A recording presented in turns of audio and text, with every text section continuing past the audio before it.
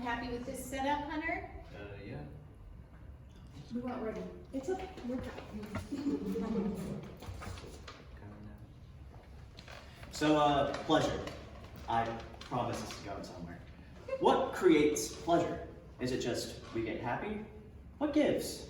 We get happy is a very easy and unscientific way of describing what dopamine does to the body.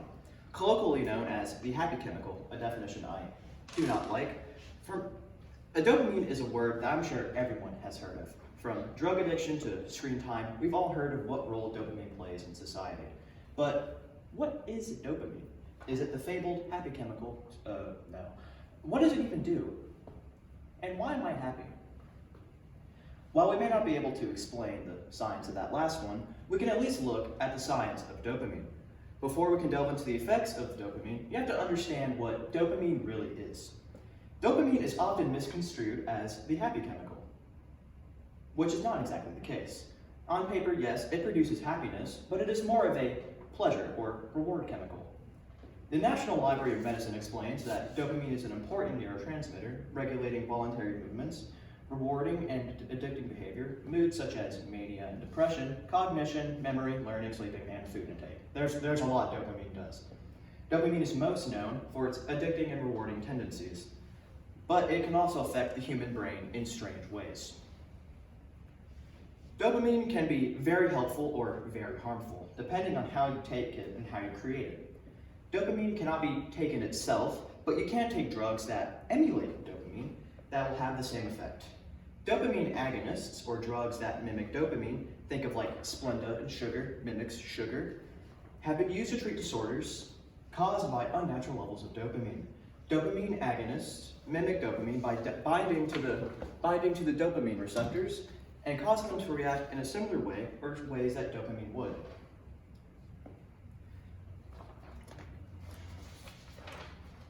This can be useful in treating neurological disorders such as Parkinson's, depression, or low sex drive in adults, which are all disorders that have been linked to caused by unnatural levels of dopamine. Some of these dopamine agonists include pramipexole, cabergoline, and rotigotine, which they're very fun to say. According to the Cleveland Clinic, high dopamine levels can have positive effects like feeling energized or euphoric, but can also have bad side effects like poor sleeping or aggressive behavior. Bad. Low levels of dopamine have been associated with attention deficit hyperactive disorder, also known as ADHD, and Parkinson's. Both high levels and low levels of dopamine have been linked to schizophrenia, but at least schizophrenic symptoms, but even that is a little fuzzy on the validity. What does dopamine do? We've asked the what, we've asked the how, we've asked the when, but we haven't asked about the why. Why do you like drugs? Do they taste funny? Make you feel warm and fuzzy on the inside? Or is there a reason why we love unhealthy things such as drugs so much? Dopamine addiction in recent years has become a significant problem. This problem has been inflated significantly by unhealthy things such as drugs and unhealthy food and electronic devices. These all release insane amounts of dopamine in the brain and are the reason they become so addicting. The reason you become dependent on using drugs to do basic tasks or crave junk food or seem to always be on your phone or your computer is because your body becomes dependent on that dopamine that gets released by it.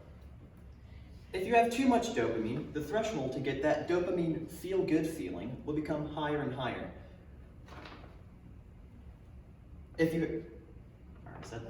According to the National Institute on Drug Abuse, dopamine receptors begin to stop receiving signals if we produce too much dopamine, or make it so the receptors need more dopamine to activate.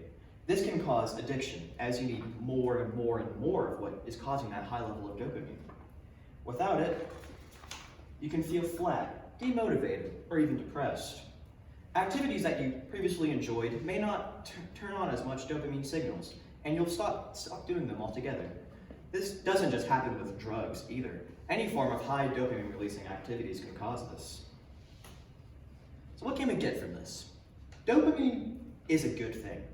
Although it has many unfavorable side effects such as causing addiction, mental disorders, and physical illness, and is also a crucial part of how the brain works and how your body functions. Many of the side effects are reversible, and addiction has and always will be reversible through change, through taking action. To know what the problem is, you have to know what the problem is. I hope that makes sense. As I've always said, the first step to solving a problem is to identify it. Thank you.